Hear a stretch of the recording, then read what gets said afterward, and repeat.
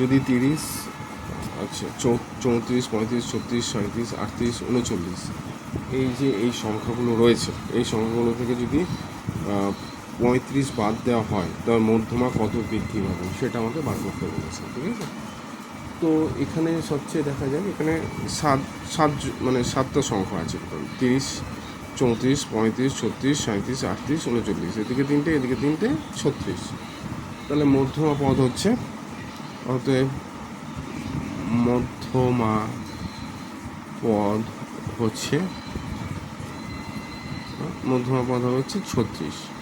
এটুকু বোঝা গেল যে মাঝের পদ মানে যেটা চতুর্থ পদ, এটা হচ্ছে 36। আচ্ছা, এইবার যে নতুন তথ্যগুলো দেখা যায়, আমাকে কি বলেছে, 35কে বাদ দিতে হবে এখান থেকে যদি 35কে বাদ দিই, 35কে বাদ দিলে তাহলে কি থাকছে, নতুন তথ্য থেকে পাওয়া যায়, কি পাওয়া যায়, 35 যদি বাদ দিই তাহলে থাকবে হচ্ছে 30, 34, 35, আচ্ছা 35কে তো বাদ দিতে হবে, 36, 37, আচ্ছা 38, 39, তাহলে দাঁড়াবে 30, 34, 36, 37, 38, 39। তাহলে এখন দেখা যাচ্ছে যে 35কে যদি বাদ দিয়ে দিই তাহলে এখানে 6টা সংখ্যা পাওয়া যাচ্ছে, একটা হচ্ছে 30, 34, 36, 37, 38, 39। আমাকে তো 35 বাদ দিতেই বলেছিল যে 35কে যদি বাদ দিয়ে দেওয়া হয় তাহলে এখন মধ্যমা কি পাওয়া যাবে। তো এখানে তো 6টা সংখ্যা, মাঝের তো কিছু দেখাচ্ছে না, তাহলে এদিকে দুটো সংখ্যা এদিকে দুটো সংখ্যা, তাহলে মাঝে 36 আর 37-এর যোগফলকে যদি আমি গড় করি সেটাই অ্যাকচুয়ালি মধ্যমা পাওয়া যাবে। সুতরাং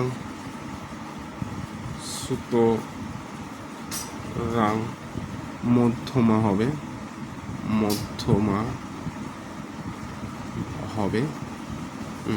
সুতরাং মধ্যমা হবে কী হবে, 36 যোগ 37। এই মাঝের দুটো পদ, এই দুটোকে মানে যদি আমি যোগ করে 2 দিয়ে ভাগ করে দিই, গড় বার করি, তাহলে সেটাই হচ্ছে এদের মধ্যমা, ভাগ 2। ঠিক আছে, ইকুয়াল টু হবে হচ্ছে 73, 73, 3 হাতে 1, 3 3 6 73 ভাগ 2, তাহলে বেরোবে হচ্ছে 36.5। একে 2 দিয়ে ভাগ করলাম, 36.5।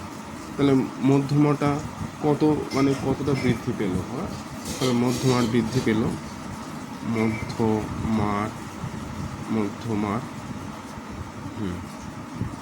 বৃদ্ধি পেল কতটা পেল না, বিয়োগ দিতে হবে 36.5 মাইনাস 36, তাহলে মধ্যমা বৃদ্ধি পেল হচ্ছে 0.5। এটাই হচ্ছে, অতএব মধ্যমা বৃদ্ধি পাবে 0.5। ঠিক আছে,